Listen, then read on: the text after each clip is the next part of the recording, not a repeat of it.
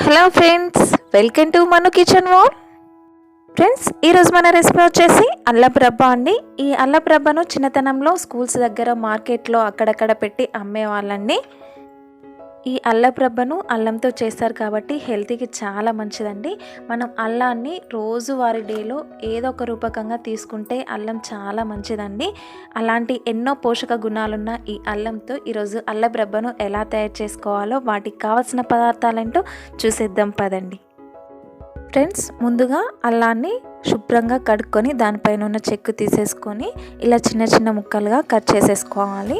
ఇలా కట్ చేసుకున్న అల్లం ముక్కల్ని ఒక మిక్సీ జార్లోకి వేసేసుకొని పేస్ట్ చేసుకోవాలి. మనం మిక్సీ తిప్పుకునేటప్పుడు ఇందులో ఎలాంటి వాటర్ కానీ ఉప్పు కానీ వేయకూడదండి.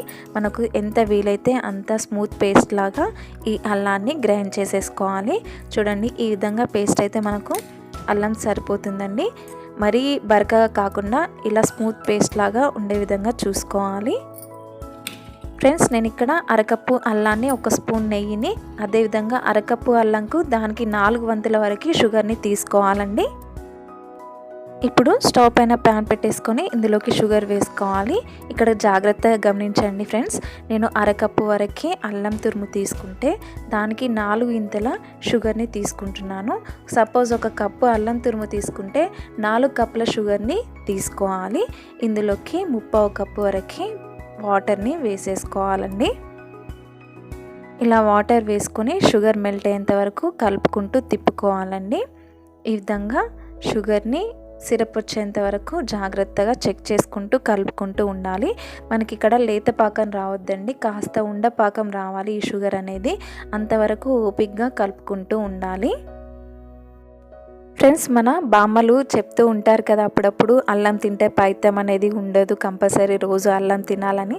అది నిజమే అండి. పైత్యం అంటే మన బాడీలో ఏదైనా మలినాలు అలాంటివి ఏమన్నా ఉంటే ఈ అల్లం తినడం వల్ల వాటిని పూర్తిగా తీసేస్తాయని అలా చెప్పేవాళ్ళండి. మనం రోజు ఏదో ఒక రూపకంగా ఈ అల్లం తీసుకోవడం వల్ల హెల్త్కి చాలా మంచిదండి. ఫ్రెండ్స్, నేను ఇక్కడ పాకం అనేది వచ్చిందో లేదో చూసుకుంటున్నానండి. ఒక గిన్నెలోకి కాస్త వాటర్ని తీసేసుకొని కొద్దిగా సిరప్ని ఇందులో వేసేసుకొని చూసుకుంటున్నానండి. ఇక్కడ పాకం అనేది ఇంకా పూర్తిగా రాలేదు, కాస్త ఇంకా స్టిక్కీగానే ఉన్నది. ఉండపాకం అనేది మనకు కంపల్సరీ రావాలండి.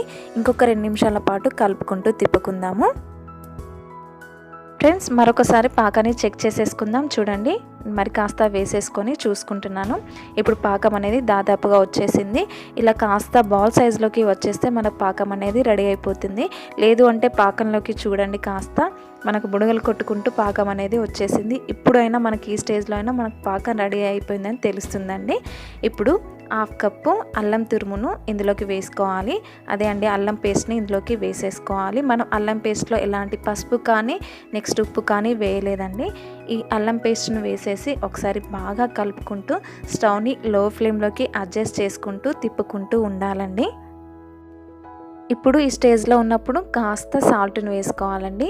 సాల్ట్ని వేసుకోవడం వల్ల మనకు కాస్త ఫ్లేవర్ అనేది ఇంకాస్త పెరుగుతుంది.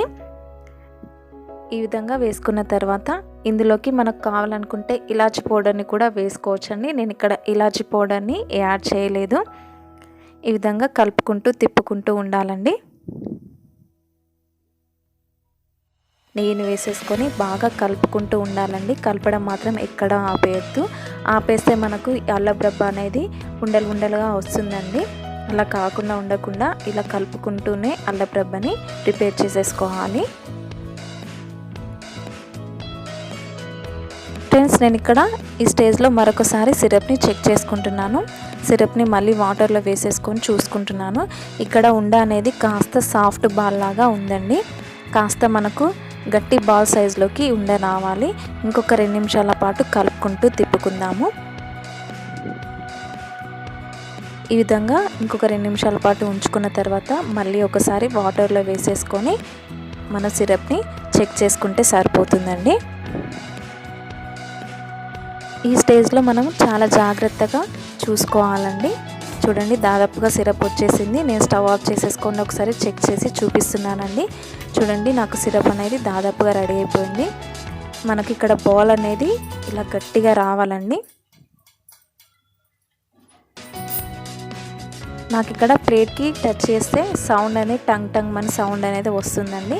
ఇప్పుడు ఒక చాపింగ్ బోర్డ్ కానీ లేదైనా స్టీల్ ప్లేట్ బోర్లించి దానిపైన కాస్త నెయ్యి రాసి మనం రెడీ చేసుకున్న సిరప్ని దానిపైన వేయాలండి.